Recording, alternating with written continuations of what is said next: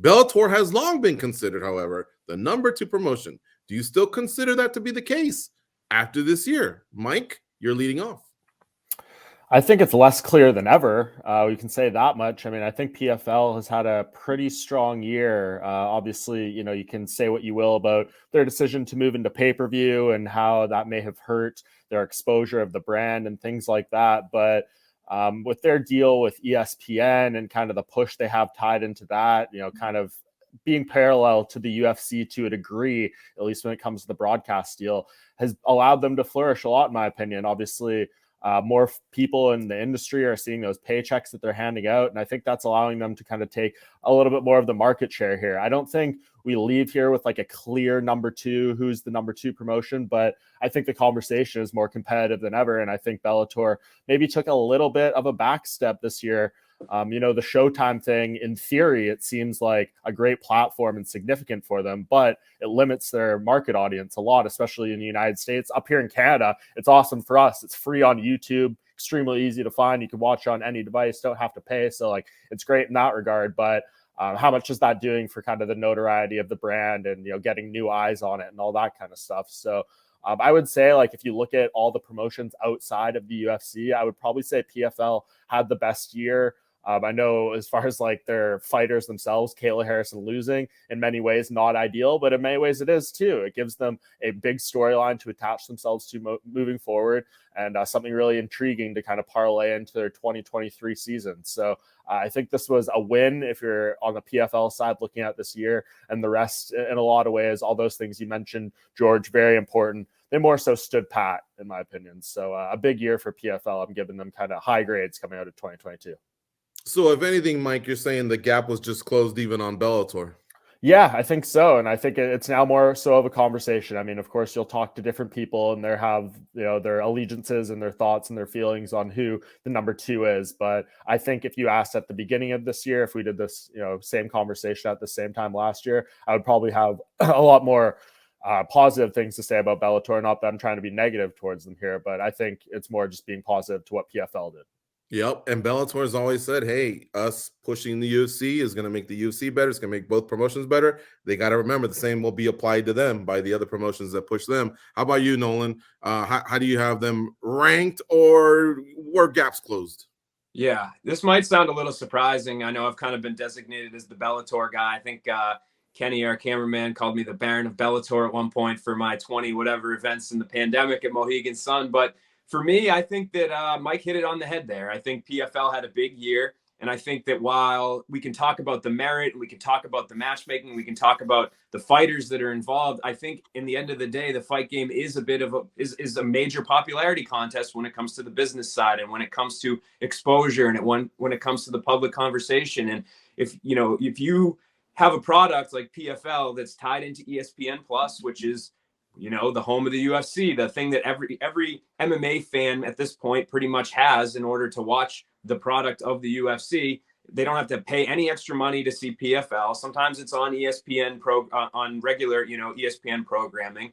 So I think that that compared to Showtime, which I mean, for MMA fans, that would be the reason that you would get that, would be just to watch Bellator. So I think that that's obviously a big problem. And I think it's also limited the number of events that they're doing, which granted, now they are deeper. Now you're starting to see events where from top to bottom, it's rostered guys, whereas before you would have all these local ticket sellers, et cetera, et cetera. So I think the product of Bellator, I would argue, has never been better in terms of the types of fights and the merit-based matchmaking system and the rankings and everything like that. I would argue is some of the better fights they've ever put on. But on the flip side, if nobody's able, or half the audience isn't able to see those fights because they don't want to shell up the $10 or whatever it is a month, I do think that hurts. And I think that it's hurt them in other ways too, with scheduling events, like not giving enough lead time on when these dates and events are going to happen. I mean, hell, we're rounding around to 2023 right now. And I believe that they have 2 events next year that we know about. So I think there's a number of different issues that have come with the Showtime deal, despite the legitimacy that it brings. I think PFL had a great year, and B, they're just so much more easily accessible for MMA fans. I mean, how can you work around that? That's just such a foundational, attribute that you need for a promotion in order to succeed. People watching it. Yeah, and you know what's bizarre is Strikeforce on Showtime was huge, but I'm also thinking back, it also kind of paralleled at the same time that Mayweather was big on Showtime, boxing was big on Showtime. So as a combat sport, you just enthusiasts, you had to have Showtime, and so when they went back, I was extremely happy. But I'm glad that I'm hearing you guys point out just how much it also may have hurt them. All right, Ghost, how about you? Chime in here. Yeah, I think when it comes down to these other organizations, they don't really need to compete with the UFC. They kind of have to compete with each other. They have to stand out and give you a reason, because every Saturday we're gonna take that big block of time and dedicate it to the UFC. So if we're gonna add more time, you have to stand out. I do feel like Bellator's probably still that number two, but PFL is giving them a hell of a run for their money. And I think what really stands out about what PFL is doing is the fact that they make every fight matter. In their system, every fight that goes down has some sort of purpose to it. So you have to tune in, right? And I feel like sometimes you'll get some Bellator fights that just don't really matter, right? And we forget about these guys because we don't see them for a while. As we're with PFL, those guys are right back at it again. You remember those guys. But Kayla Harrison taking a hit, yeah, that probably does hurt the PFL. But at the same time, like Mike said, it could be a good thing. It's good. It's definitely going to make us tune in for a rematch. It might shut up a little bit of that UFC talk, right? Maybe they get to hold on to her even longer than they thought. So even that's not really a bad thing. I think PFL had a really, really good year.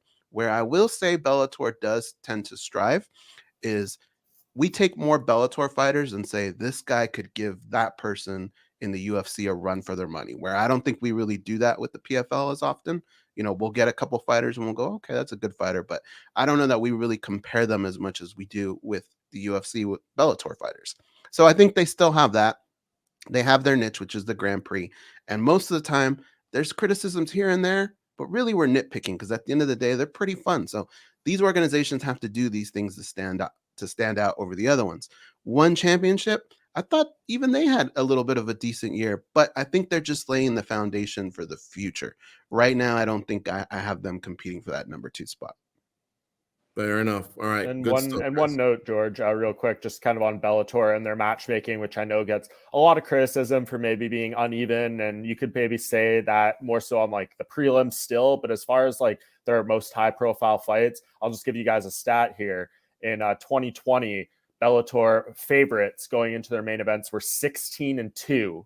In 2021, 11-6. In 2022, 9-8. So I think that goes to show that, there's more parity, there's more evenness on the matchmaking. You could say sometimes that leads to more competitive or maybe in some instances dollar fights, but I think you are getting, at least more even matchmaking there, and it's showing that the level of the roster is becoming more competitive in that sense. Yeah, just to build off that even further, I think now that they do have rankings, like UFC has rankings too, but I think Bellator seems to take them a little bit more seriously. Maybe it's because their rosters aren't as deep, but we've seen in 2022, we saw some of these prospects that maybe otherwise would have been coddled have to all of a sudden become a contender because they're ranked number 8. So we've seen prospect versus prospect matchups that we wouldn't have seen before. We've seen, stylistically unfavorable fights, MVP getting humped, where maybe that wouldn't have happened previously. So I do credit them for that. It's just, again, it's tough without the people being able to see it. But Mike's point is really given. I think people have underappreciated the fact that that they have essentially fully moved away from this old man model, right?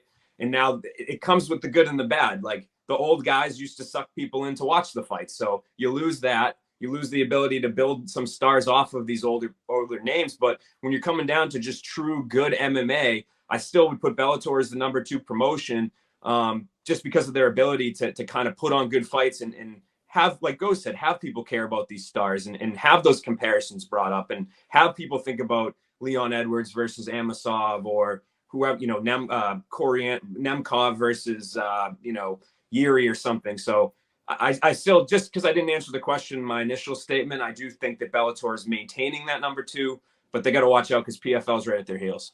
And they're poised for a big year as well. I mean, starting the year off on CBS is huge for Yes. Bellator. And I don't know what that network television platform means in 2023 compared to, say, 2009 or something when, it happened with Strikeforce, but that's obviously still a significant step for them and an opportunity to really take a stranglehold next year.